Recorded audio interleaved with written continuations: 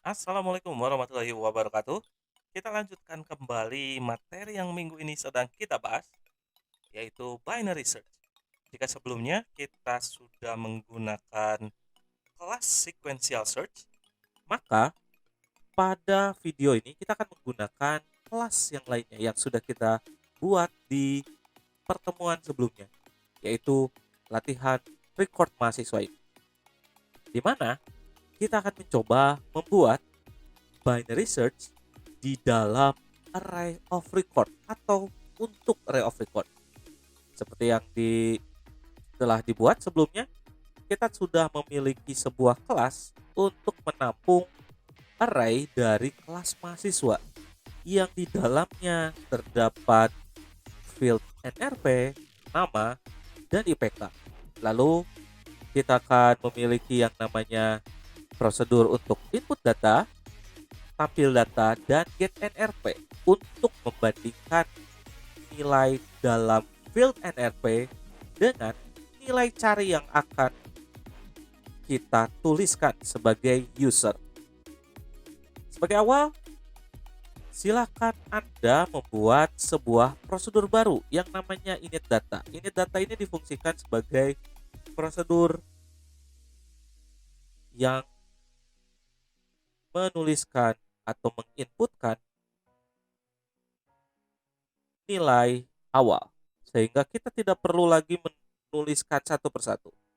Nilai defaultnya adalah rangkaian objek mahasiswa ini. Ini adalah mahasiswa yang pertama dengan NRP 2034001 Rizal.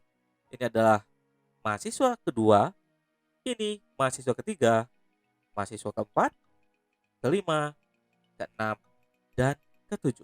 Silahkan Anda tuliskan secara nama diperbolehkan berbeda. Yang penting adalah pastikan NRP ini terurut seperti ini: 1, 2, 3, 4, 5, 6, dan 7 dari sisi digit paling belakang. Jadi pastikan terurut dari yang terkecil hingga yang terbesar. Karena ingat, binary search khusus untuk array dengan nilai yang terurut. Jika sudah, kita akan lanjut. Kita akan langsung masuk ke prosedur binary search. Anda bisa mengkopikan dari kelas sebelumnya, yang ini bisa dikopikan atau menulis ulang kembali dari awal. Ini adalah prosedurnya. Memiliki nama yang sama, bin search. Pastikan saat Anda membuat ini, Anda sudah menyediakan kurava tutupnya agar tetap terpasang. Dan ini adalah penjelasannya. Binary search adalah pencarian yang menganalogikan pencarian dalam kamus yang isinya akan terurut, dan untuk mencarinya kita akan menggunakan rumus mencari halaman tengah. Yang digunakan adalah rumusnya elemen awal tambah elemen akhir dibagi 2. Dari hasil pencarian tersebut kita akan mencari pengelompokannya. Apakah nilainya ada di dalam halaman tengah, atau di halaman sebelumnya, atau halaman sesudahnya. Diawali dengan, silakan Anda menuliskan ini. Kita mengawali dengan pencarian atau menuliskan NRP yang akan dicari oleh user. Pastikan tipe datanya string. Kenapa? Karena field NRP di dalam kelas mahasiswa bertipe data string.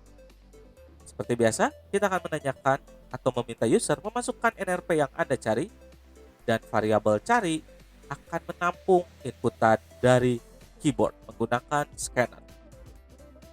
Setelah itu, akan ada sebuah status yang akan menuliskan apakah nilainya dicari, apakah nilainya sudah ditemukan atau tidak ditemukan.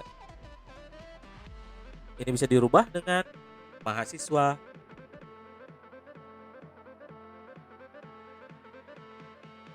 tidak ditemukan. Lalu berikutnya, seperti yang sebelumnya, kita sediakan juga elemen tengah, elemen awal, elemen akhir. Karena apa? Untuk mencari halaman tengah atau elemen tengah, kita harus menggunakan rumus elemen awal ditambah elemen akhir dibagi 2. Sehingga kita sediakan elemen tengah elemen awal diisi oleh 0 karena array dimulai dari 0, lalu elemen akhir diisi R mahasiswa titik length min 1 karena array dimulai dari 0. Dan kita sediakan juga sebuah variabel bertipe data boolean yang akan menuliskan apakah sudah ditemukan atau belum. Karena yang pertama kali state-nya belum ditemukan, maka diisi false. Lalu berikutnya, kita buat pengulangan dalam bentuk while. Dan syaratnya terbagi menjadi dua. Yang pertama adalah kita pastikan bahwa pengulangan akan tetap terjadi jika memang belum ditemukan atau status ditemukan ini masih false. Sehingga di sini tuliskan not ditemukan. Dan jika elemen awal masih lebih kecil sama dengan elemen akhir, agar tidak sampai elemen awal lebih besar dari elemen akhir. Setelah itu, kita mencari elemen tengah atau halaman tengah dengan cara elemen tengah sama dengan elemen awal ditambah elemen akhir, hasilnya dibagi 2. Setelah ditemukan, maka kita akan membandingkan. Yang perlu kita ingat adalah kita sedang membandingkan string. Sehingga untuk membandingkannya kita membutuhkan equals ignore case, bukan sama dengan, karena kita membandingkan string. Equals ignore case itu adalah membandingkan dua string tanpa menghiraukan uppercase atau lowercase. Sehingga penulisan huruf besar dan huruf kecil tidak akan menjadi kendala, tidak akan dianggap sebuah kata yang berbeda selama susunan hurufnya sama. Di cara ini akan dibandingkan dengan R mahasiswa yang elemennya adalah elemen tengah hasil hitungan ini dan diambil NRP-nya. Jadi kita hanya membandingkan cari dengan isi field NRP. Jika ternyata cari sudah ada di halaman atau elemen tengah, maka statusnya kita akan jadi data ditemukan elemen ke elemen tengah. Dan sistem output line array mahasiswa elemen tengah titik tampil data agar dimunculkan datanya. Dan status ditemukannya kita jadikan true agar memberitahu bahwa telah ditemukan. Tetapi jika tidak ditemukan, maka ada dua kemungkinan. Apakah susunannya berada sebelum di halaman tengah atau elemen tengah atau setelah. Yang dilihat dari apakah isi dari cari ini lebih kecil atau lebih besar dari isi pada halaman tengah. Untuk perbandingan lebih besar dan lebih kecilnya pun akan menggunakan cara yang berbeda karena ini menggunakan string. Cara membandingkannya adalah dengan menggunakan fungsi compare to ignore case. Jadi kita akan membandingkan tanpa menghiraukan huruf besar dan huruf kecil. Jadi cari akan dibandingkan dengan isi pada elemen tengah get NRP. Jika dia lebih kecil dari 0, berarti cari itu susunannya sebelum nilai yang ada pada elemen tengah.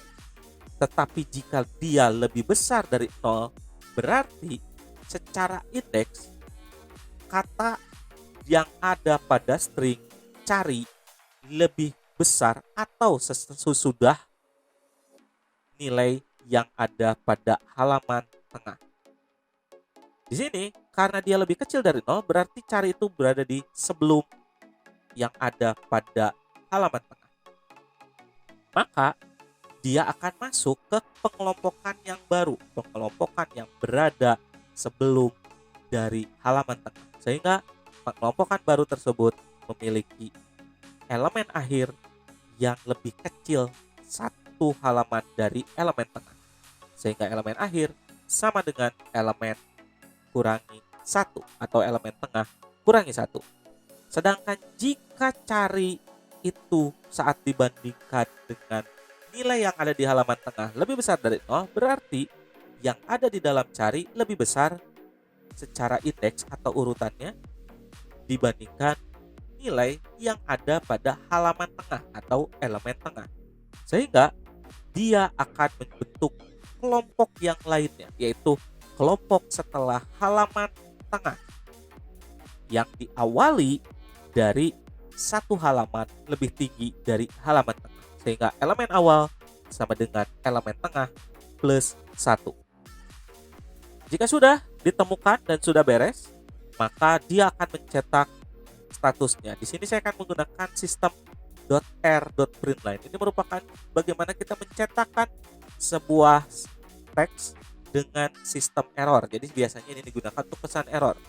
Pengaruhnya apa? Pengaruhnya terhadap hasil. Nanti saat dicetak, dia akan dituliskan dengan huruf merah, berwarna merah dan huruf tebal karena untuk pesan error agar lebih menarik saja. Jadi untuk mengenalkan ada sistem .r.println.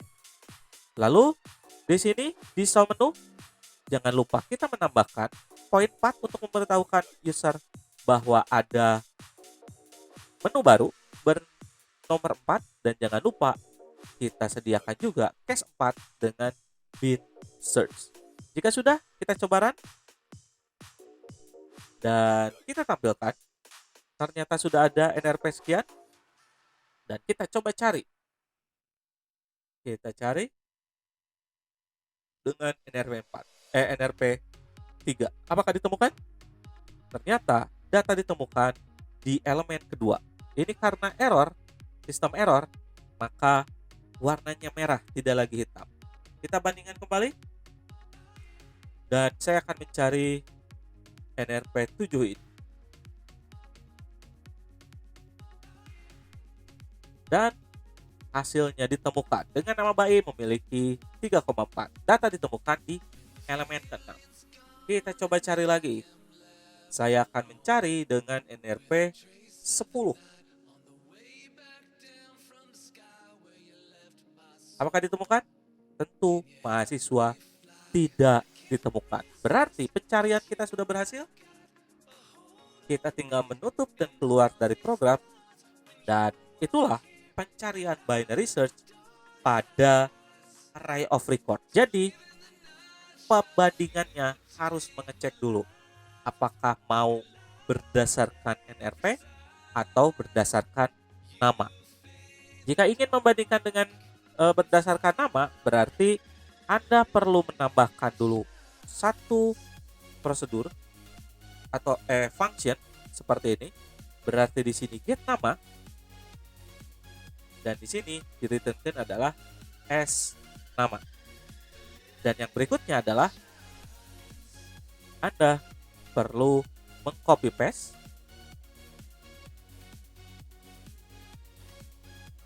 seperti ini. Dan di sini search by name. Kita rubah namanya. Lalu masukkan nama yang dicari. Dan di sini yang dibandingkan bukan lagi get NRP, tetapi get nama. Di sini pun sama. Compare-nya bukan lagi get NRP, tapi get nama. Ini pun sama. Berubah, tidak get NRP, tetapi get nama. Jika sudah seperti itu, berarti asumsinya kita sudah menyediakan pencarian search berdasarkan nama. Silakan dicoba untuk menambahkan fitur dari menunya. Jika sudah berhasil, itu adalah ilmu baru untuk Anda. Mudah-mudahan bermanfaat. Kita ketemu lagi di minggu depan di materi yang selanjutnya. Mungkin minggu depan berarti Anda sudah UTS. Semoga dilancarkan. Atas atensinya saya ucapkan terima kasih. Wabillahi taufik wal hidayah. Wassalamualaikum warahmatullahi wabarakatuh.